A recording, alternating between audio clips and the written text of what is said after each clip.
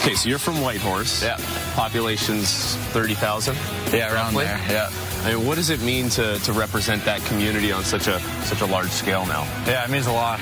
I know it's becoming a huge hockey community, and I've been getting lots of support from that community. And you know, growing up, I always had sponsors that would help me pay for flights and stuff. So they've done a lot for me, and it just means a lot that you know, I can kind of give back and kind of influence those kids and stuff. So growing up, your dad Willie had the backyard rink going for you. Yeah. Minus 30 in Yukon. Yeah. You're out there, no problem. Like, what kind of hours are we talking about on that rink?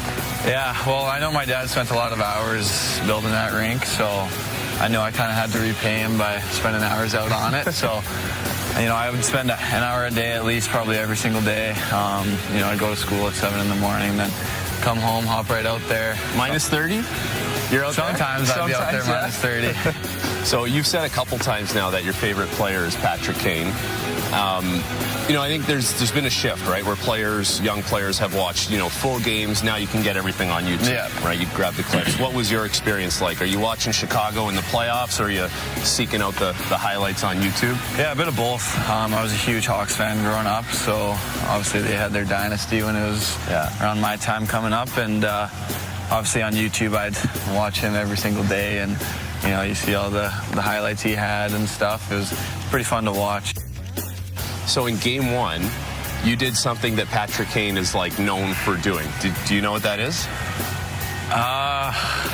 Not overly. Okay, so my first NHL game I played against Chicago. Yep. Dan Hamhuis comes up to me before the game. He says, if you ever get out there against Patrick Kane and he comes out to the point and you have the puck, if you shoot it past him, he's not going to stop. Okay. He's going to keep going for a breakaway because Keith or Seabrook or whoever's going to knock it down and look to send him. Yeah.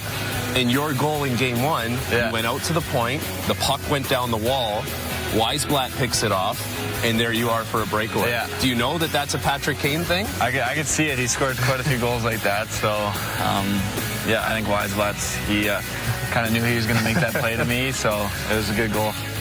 Do you remember watching the Patrick Kane video where he's got all the pucks in center ice and he's stick handling? You know exactly what I'm talking about? What you're talking about. Okay, you want to take your shot? You want to show us the hands? I'll try, I guess. Okay, let's see let's see the Patrick Kane hands.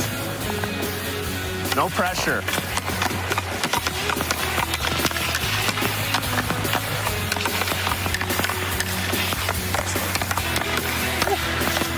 How many fingers?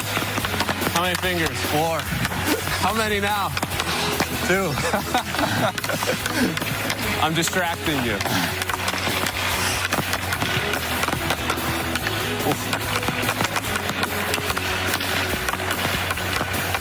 How many times do you think you did this on the outdoor rink? Quite a few. Yeah. It was kind of tough, though. You had to pick up all the pucks after, so. Oh, man, that's awesome. Yeah. Okay. Thank you so much. Yeah, no problem. Appreciate it. Yeah. Good luck. Thank you. Appreciate it.